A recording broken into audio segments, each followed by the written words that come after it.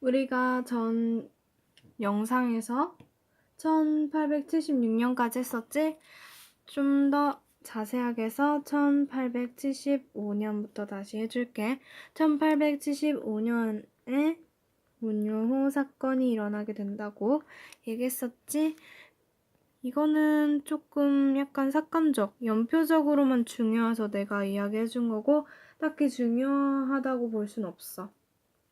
다만 헷갈리는 건 이항선이랑 헷갈리지 말라고 했었고, 그리고 사건적으로 봤을 때 운요 사건을 계기로 이제 강화도 조약을 체결하게 된 거라서 운요 사건을 설명해 준 거야. 그 다음에 1876년 이게 중요하다고 했지. 강화도 조약, 우리나라 최초의 불평등 조약이지.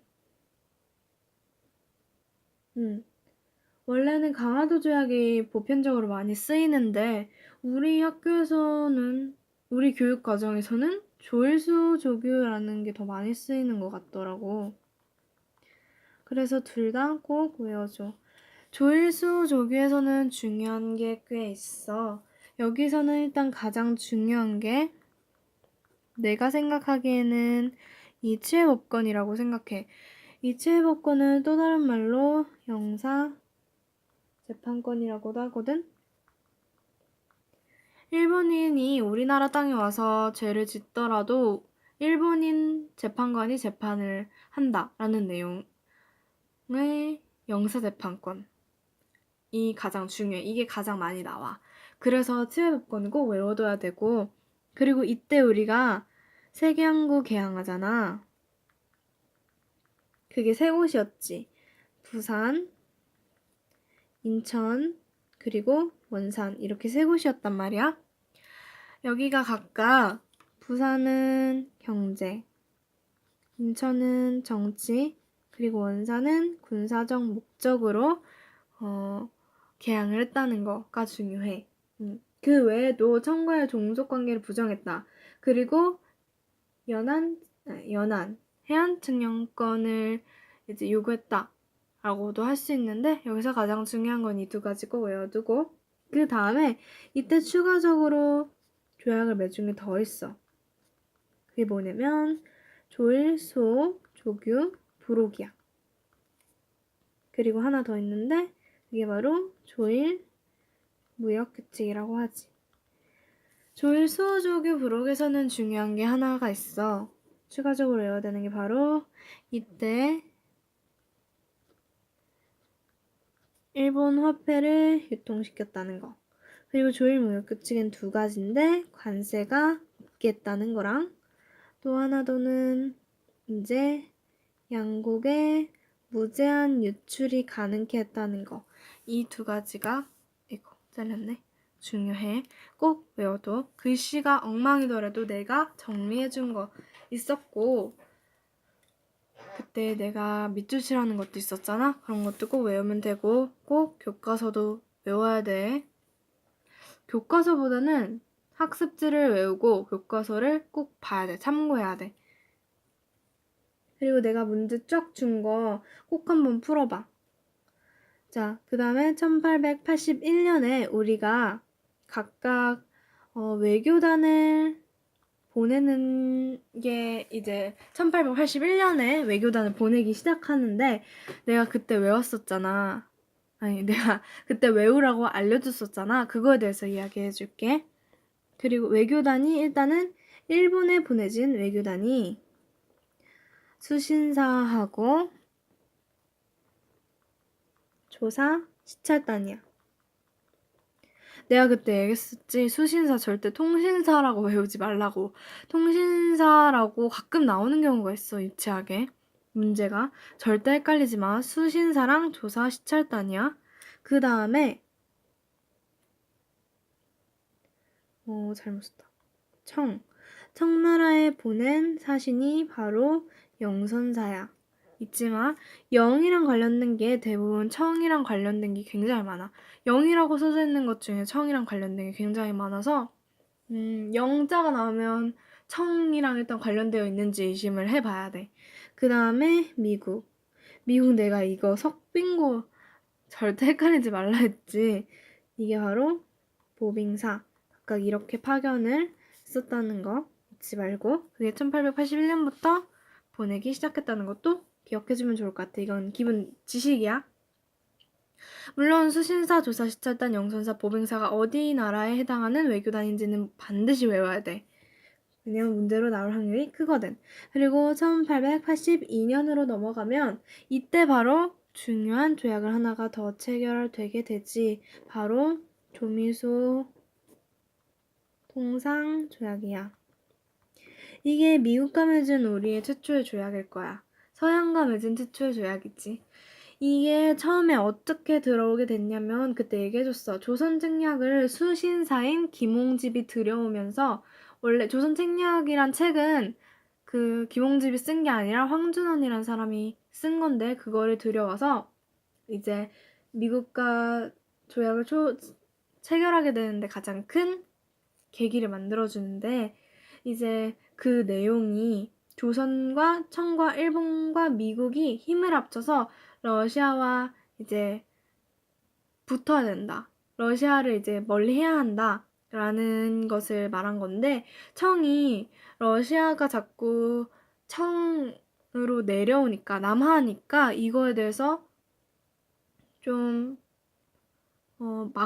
이거를 좀 막고자, 러시아를 좀 이제 방어해 보고자 우리나라와 미국하고 조약을 체결하도록 거의 약간 이렇게 약간 소개팅처럼 접선을 좀 해준 거야. 그래서 하게 된 게 조미수 통상조약이야. 그때도 얘기했었던 것 같아. 러시아가 남하하면서 청과 충돌하게 되고, 청이 조선에 대한 권위도 회복하고 싶어 하고, 그때 때마침 수신사 김홍집이 황준하의 조선 책략을 국내로 유입하게 되면서 이제 조미수 통상조약을 맺게 되지.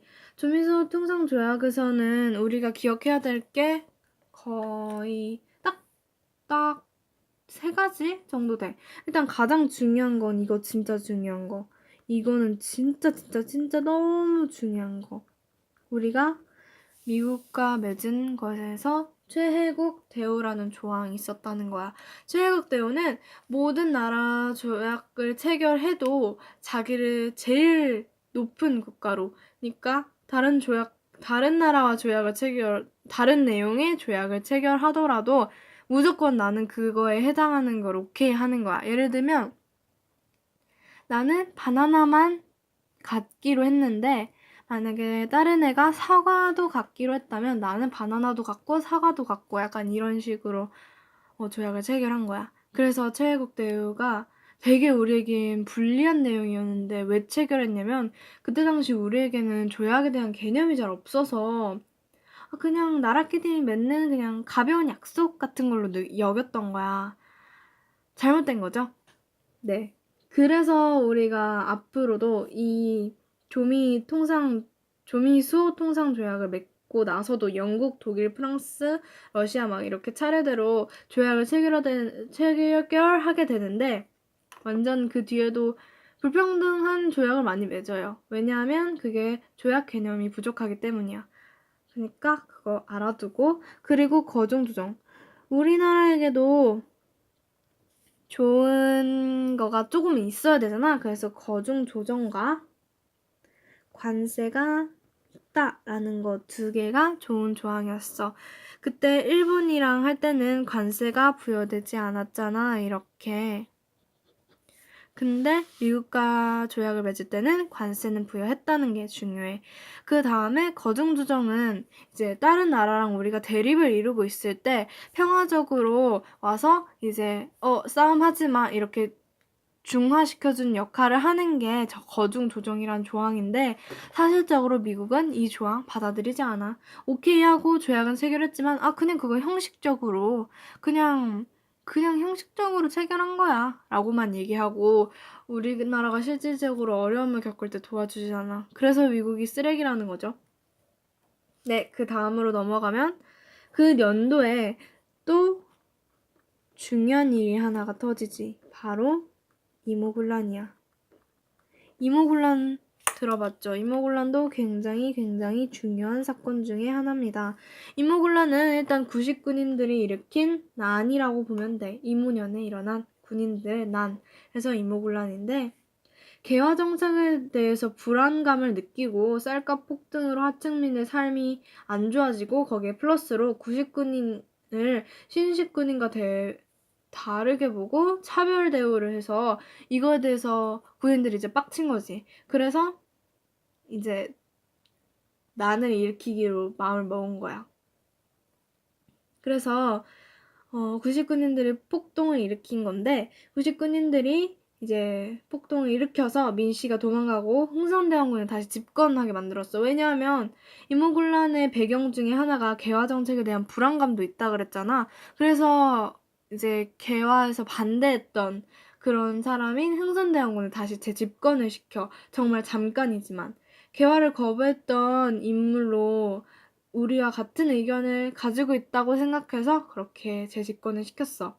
하층민도 이에 대해서 동의해서 가세했고 민씨 일파를 살해하기도 했고 일본 공사관을 습격하기도 했어. 근데 여기서 중요한 거가 이때 일본 공사관을 습격하잖아. 나중에 이것 때문에 배상금을 우리가 지불해야 되는 일이 생겨. 그게 좀 문제였지. 이 결과로 우리는 여러 가지 조약도 체결하게 되는데 더 안타까운 건 민씨가 써야겠다. 민씨가 청에게 도움을 요청하게 되면서 청이 이 이모군란을 진압해. 그래가지고 금방 거의 끝나게 되지. 그래서 흥선대원군을 청이 납치해가고 민씨가 재집권을 하게 되는 거야. 이걸로 두 가지 우리가 조약을 체결하게 돼.